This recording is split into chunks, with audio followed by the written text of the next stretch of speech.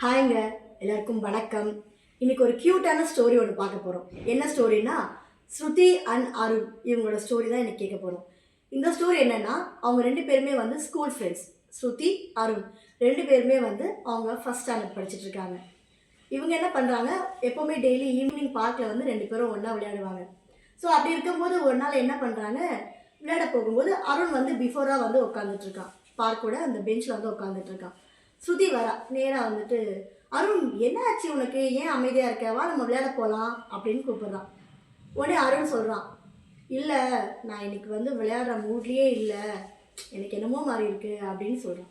ஸ்ருதி உடனே கேட்குறான், ஏன் அருண், ஏன் என்ன ஆச்சு, நம்ம ரெண்டு பேரும் எப்பவுமே ஜாலியாக விளையாடுவோம்ல, வா இன்னைக்கு நான் புது கேம்லாம் வந்து சில யோசிச்சு வச்சுருக்கேன், நம்ம அது இன்னைக்கு விளையாடலாம், வரியா வா அப்படின்னு சொல்லி ரொம்ப ஆர்வமாக ஸ்ருதி வந்து அவனை கூப்பிட்டுட்டு ரொம்ப வந்து எந்துவாக வந்து அவனை எழுப்பிட்டு இருக்கான். ஆனால் அப்போ வந்து எழுப்ப வந்து அருண் வந்து அப்படியே ஒரு மாதிரி அமைதியாகவே உட்காந்துட்டு இருக்கான். ஏய் என்னாச்சு அருண் அப்படின்னு சொல்லிட்டு ஸ்ருதி போய் பக்கத்தில் பெஞ்சில் உட்காந்துக்கிறான். சொல்லு அருண், என்னாச்சு உனக்கு, நீ எப்பவுமே நீயும் நல்லா ஜாலியாக விளையாடுவோம்ல, அவன் பெஸ்ட் ஃப்ரெண்டு தானே, நீ என்கிட்ட சொல்லலாம்ல, என்னன்னு சொல்லு அப்படின்னு சொல்லி ஸ்ருதி கேட்குறான். அதுக்கு அருண் சொல்கிறான், இல்லை நான் வந்து எப்போவுமே வந்து நல்ல பிள்ளை மாதிரி தான் நடந்துக்கிறேன், ஆனால் பாரு என்னை யாருமே வந்து பாராட்டவே மாட்டேங்கிறாங்க, என்னை அப்ரிஷியேட் பண்ணவே மாட்டேங்கிறாங்க, நான் சொன்னால் யாருமே என்னை கேட்க மாட்டேங்கிறாங்க, என்னை யாரும் மரியாதையாக கூட ட்ரீட் பண்ண மாட்டேங்கிறாங்க. ஆனால் உன்னை மட்டும் பாரு, ஸ்கூல்லையும் சரி வீட்லேயும் சரி எல்லாரும் பாராட்டுறாங்க, உன்னை வந்து அப்படியே உனக்கு மரியாதை கொடுக்குறாங்க, நீ சொல்கிற பேச்செல்லாம் கேட்குறாங்க, அது ஏன் தான் ஸ்ருதி எனக்கு புரியவே இல்லை அப்படின்னு சொல்லி அருண் ரொம்ப பலத்த யோசனையோடு அந்த விஷயத்த வந்து ஸ்ருதி கிட்ட சொல்லிட்டு இருந்தான். அப்போ ஸ்ருதி சொல்கிறா, இல்லையா அருண், நீ கூட பெஸ்ட்டு தானே, உனக்கு கூட எல்லாம் அப்ரிஷியேட் பண்ணுறாங்க, உனக்கு கூட எல்லாம் மரியாதை கொடுக்குறாங்க, நீ சொல்கிற பேச்சு கூட எல்லாம் கேட்குறாங்களே, நீ பார்த்தீங்கன்னா நேற்று மத்தியானம் நம்ம ஸ்கூலில் நம்ம ஃப்ரெண்டு அவங்க நீ சொல்கிற பேச்செல்லாம் கேட்டால அப்படின்னு சொல்கிறான்.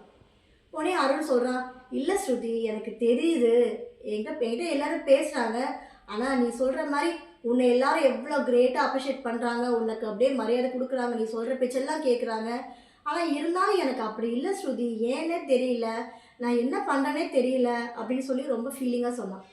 அதுக்கு ஸ்ருதி கேட்குறான், சரி ஓகே, இப்போ நான் உன்னை சில கொஷின்ஸ்லாம் கேட்குறேன், அதுக்கு நீ எனக்கு ஆன்சர் பண்ணுறியா அப்படின்னு கேட்டான். சொல்லு ஸ்ருதி, நீ கேளு, நான் எனக்கு தெரிஞ்ச பதிலாக சொல்கிறேன். ஓகே, மார்னிங் ஏஞ்ச உடனே என்ன பண்ணுவேன், மார்னிங் ஏஞ்ச உடனே ஃபோன் பார்ப்பேன் அப்படின்னு. அப்புறமா என்ன, எங்கள் அம்மா திட்டி என்னை ஸ்கூலுக்கு கிளப்புவாங்க, அப்புறம் போய் அப்படியே சும்மா வேகமாக அப்படியே கழுவி மூஞ்சி மட்டும் கழிச்சிட்டு அப்படியே குளிச்சுட்டு அப்படியே வந்து ஸ்கூலுக்கு ரெடி ஆகிடுவேன். அப்புறம் என்ன, எங்கள் அம்மா என்னை சாப்பிடுன்னு திட்டிகிட்டே இருப்பாங்க, நான் சும்மா எங்கள் அம்மா ஏமாற்றிட்டு பாதி சாப்பிட்டு பாதி கொண்டு போய் சிங்கில் போட்டுருவேன். அப்புறம் என்ன, ஸ்கூல் பஸ் வரும், ஸ்கூலுக்கு போயிடுவேன் அப்படின்னு சொன்னேன். அப்புறம் ஸ்கூலுக்கு வந்தவுடனே மேடம் வந்து கிளாஸ் எடுப்பாங்க. கிளாஸ் எடுக்கும்போது நான் என் ஃப்ரெண்ட்ஸ் கூட பேசிட்டு விளையாடிட்டு இருப்பேன், கொஞ்சம் எழுதுவேன், ஆனால் கொஞ்சம் வந்து அப்படியே சைடில் வந்து என் ஃப்ரெண்ட்ஸ் கூட பேசிக்கிட்டே இருப்பேன், ஜாலியாக இருக்கும் தெரியுமா, நான் அப்படி தான் பண்ணுவேன் பெரும்பாலும் கிளாஸ் டைமில்.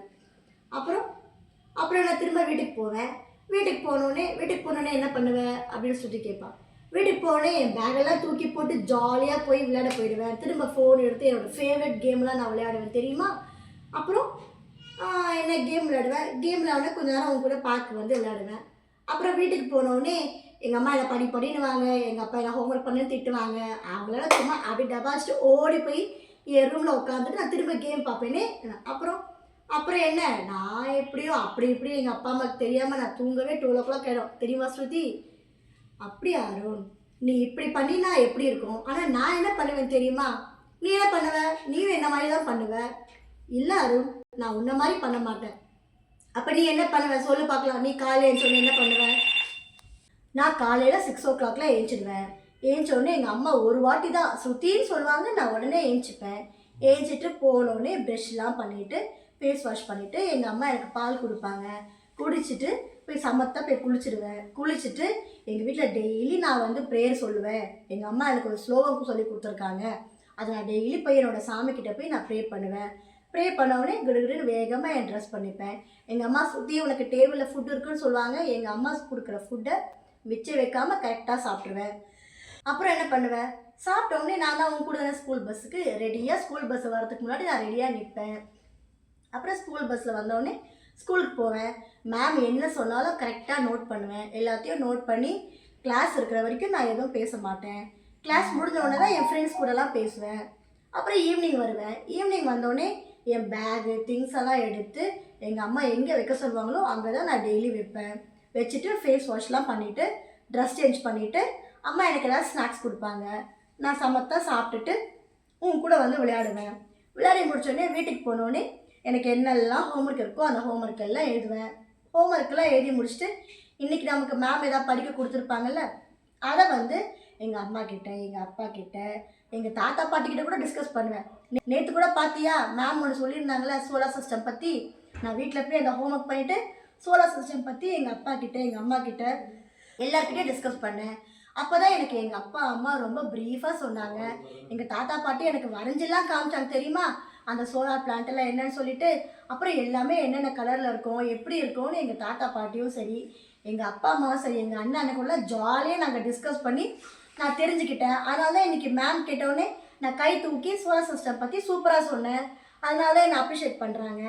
ஸோ இதை மாதிரி தான் நான் டெய்லி என் ஹோம்ஒர்க் முடிச்சுட்டு அன்றைக்கி என்ன லெசனோ அதை பற்றி வீட்டில் கொஞ்சம் நேரம் டிஸ்கஸ் பண்ணுவேன். டிஸ்கஸ் பண்ண உடனே நைட் டின்னர் சாப்பிடுவேன்.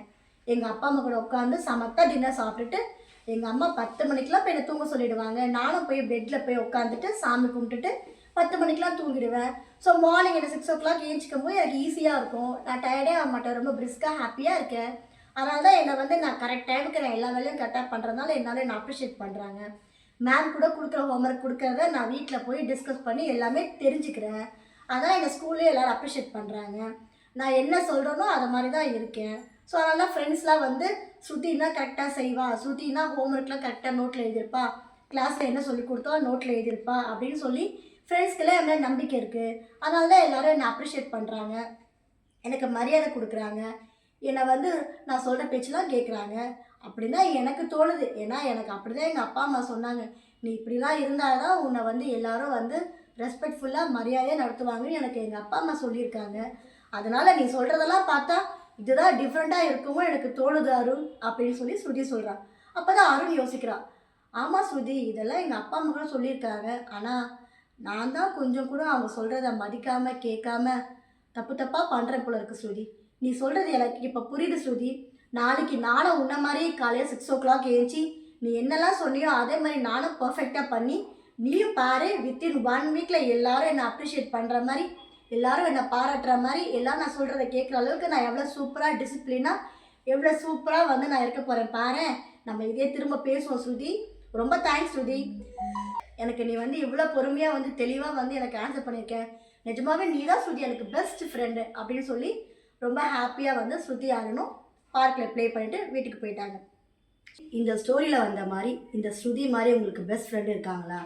ஸோ அப்போ உங்கள் பெஸ்ட் ஃப்ரெண்டுக்கிட்ட நீங்கள் டிஸ்கஸ் பண்ணுங்கள்.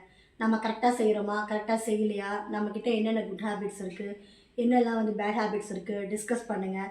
ஸோ இதெல்லாம் கரெக்ஷன் பண்ணிக்கணுமோ அதை மாதிரி வந்து நீங்கள் கரெக்ஷன் பண்ணிட்டீங்கன்னா நீங்களும் வந்து எப்போவுமே வந்து குட்டாக இருக்கலாம். உங்களை எல்லாருமே வந்து ஒரு குட் பர்சனாக ட்ரீட் பண்ணுவாங்க.